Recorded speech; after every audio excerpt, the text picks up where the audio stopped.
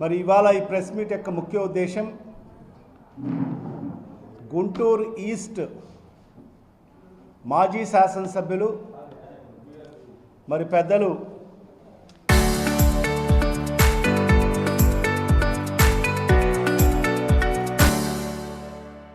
ముస్తఫా గారిని మరి ఆయన తనయుడు మీద మరి ఈరోజు కూటమి ప్రభుత్వం అక్రమ కేసులు పెట్టి కిడ్నాప్ కేసు పెట్టి హత్య ఆరోపణలు చేస్తూ మరి ఆయన మీద కేసులు పెట్టి మరి ఈరోజు ఇప్పుడే అరెస్ట్ చేశారని చెప్పి కూడా వార్తలు వినడం జరుగుతూ ఉంది. మరి దీన్ని ఈరోజు మేము తీవ్రంగా వైఎస్ఆర్ కాంగ్రెస్ పార్టీ ఖండిస్తూ ఉంది. వైఎస్ఆర్ కాంగ్రెస్ పార్టీలో ఉండే ప్రతి ఒక్క నాయకుడు ఏదైతే ఈ అక్రమ అరెస్ట్ని తీవ్రంగా ఖండిస్తూ ఉన్నాం.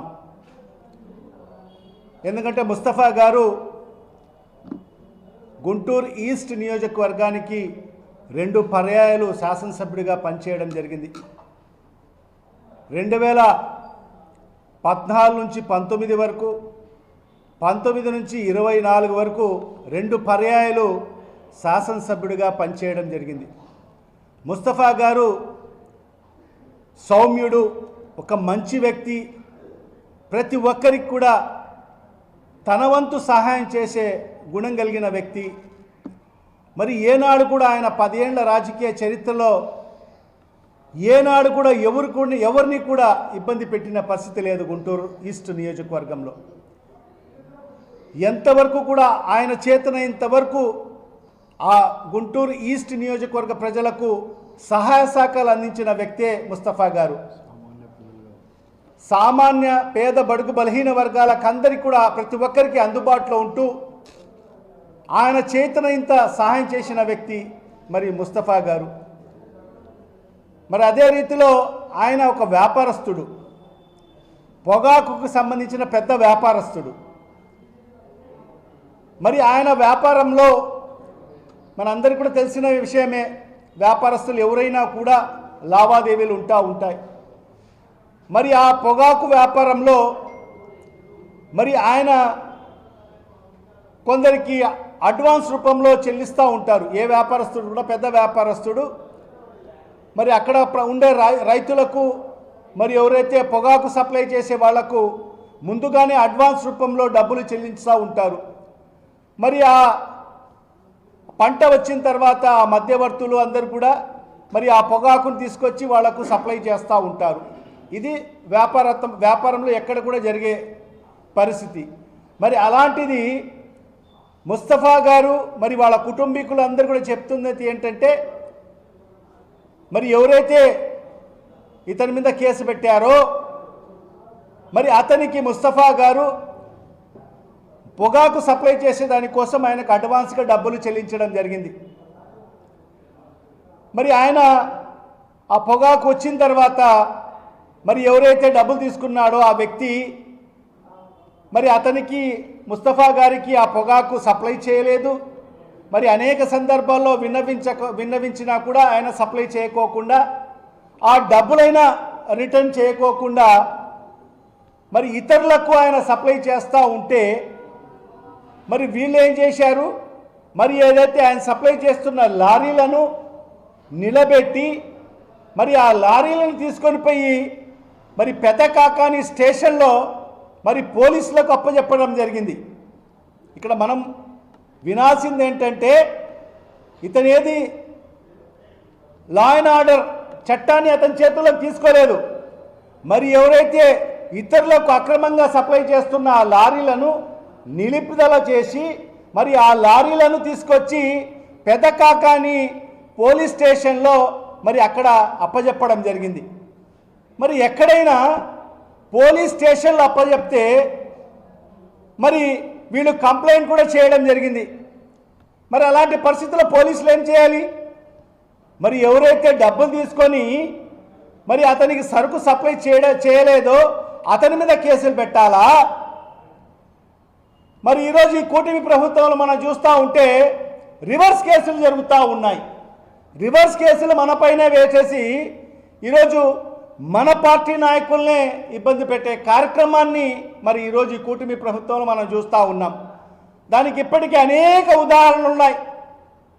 మరి ఈరోజు ఈ ప్రభుత్వంలో బీసీలు అంటే గిట్టదు చంద్రబాబు నాయుడు గారికి. మరి ఈరోజు మనం చూసాం మాజీ మంత్రివర్యులు మరి ఏదైతే సిద్దిలి అప్పలరాజు గారు మరి అతని తనయుడు ఒక చిన్న యాక్సిడెంట్ కేసు జరిగితే యాక్సిడెంట్ కేసుని ఏది మరణం కేసు కింద డైవర్ట్ చేసి దాన్ని ఏదో మ్యాన్పులేట్ చేశారని చెప్పి మరి ఇతన్ని కూడా సిద్దిలి అప్పలరాజు మీద కూడా కేసు పెట్టి మరి అతన్ని అరెస్ట్ చేసి ఈరోజు జైలు పాలు చేసిన పరిస్థితి మనం చూసాం. మరి అదే పరిస్థితిలో మరి మొన్న మన ఎమ్మెల్యే గారైన నిరుపాక్షి గారిని కూడా మరి అతను అందరు కూడా కలిసిమెలిసి ఉండండి అని చెప్పి ఆయన అందరినీ కూడా సమాయించి మరి ఆయన అక్కడికి వెళ్ళి అందరికి కూడా సమన్వయం చేసి వస్తూ ఉంటే మరి అతను ఎవరో ఎస్సీల మీద దౌర్జన్యం చేశాడని చెప్పి అతని మీద ఎస్సీ అల్ట్రాసిటీ కేసు పెట్టి మరి ఈరోజు అతన్ని మరి జైలు పాలు చేయడం జరిగింది.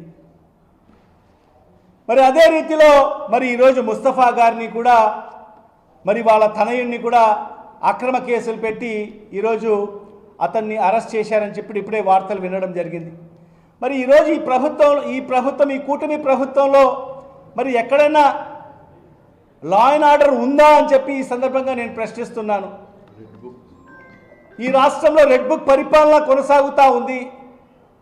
ఈరోజు లోకేష్ రచించిన రెడ్ బుక్ మరి వాళ్ళు ఏమనుకుంటే అది రివర్స్ కేసులు ఎవరైతే కంప్లైంట్ ఇచ్చారో అవతల వారి మీద ఎవరైతే కంప్లైంట్ ఇచ్చారో కంప్లైంట్ ఎవరి మీద ఇచ్చారో వాళ్ళ మీద కేసులు పెట్టకోకుండా ఎవరైతే కంప్లైంట్ ఇచ్చారో వాళ్ళ మీద ఈరోజు ఏం కేసు రివర్స్ కేసు ఏంటి లేలే ఇది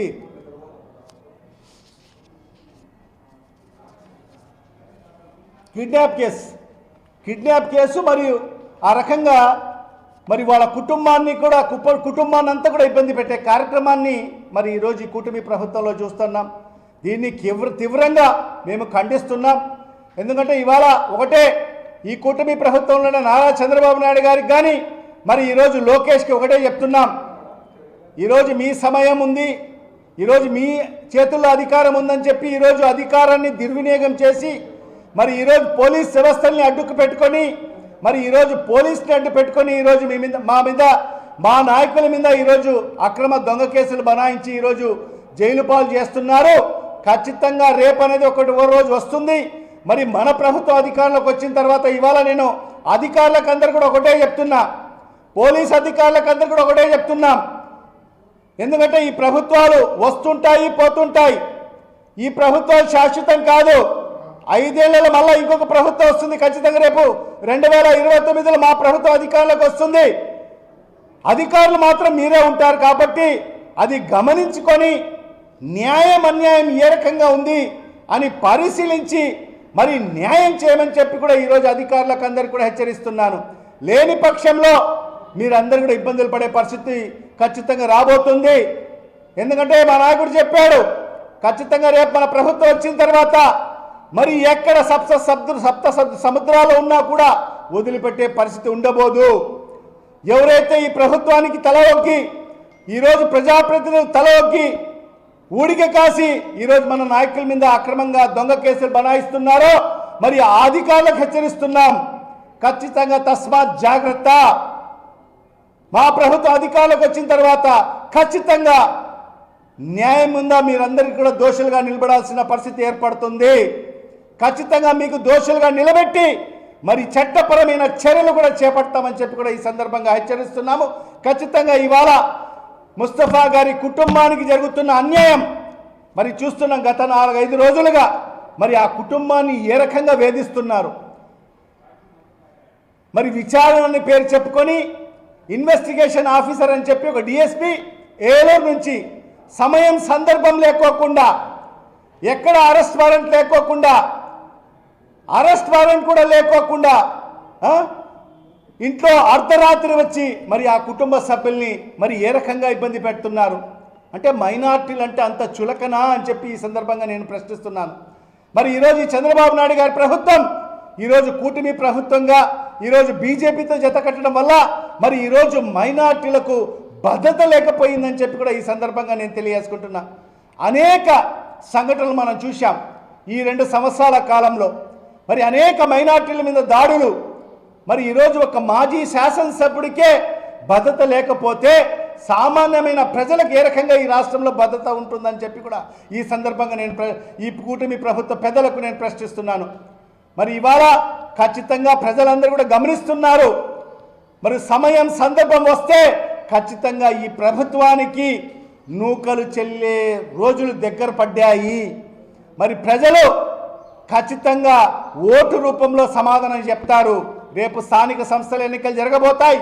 మరి ఆ స్థానిక సంస్థల్లో ఖచ్చితంగా ఈ రాష్ట్ర ప్రజలు మరి ఈ కూటమి ప్రభుత్వంలో ఉన్న రాజకీయ పార్టీలన్నిటికీ సమాధి కట్టే పరిస్థితి ఏర్పడుతుందని చెప్పి కూడా ఈ సందర్భంగా తెలియజేసుకుంటూ ఖచ్చితంగా ఇవాళ వైఎస్ఆర్ కాంగ్రెస్ పార్టీ మరి ఏదైతే మాజీ ఎమ్మెల్యే గారైన ముస్తఫా గారికి అండదండగా ఉంటుంది, ఆ కుటుంబానికి ఎల్లవేళలా అండదండగా ఉంటుందని చెప్పి కూడా ఈ సందర్భంగా తెలియజేసుకుంటున్నా.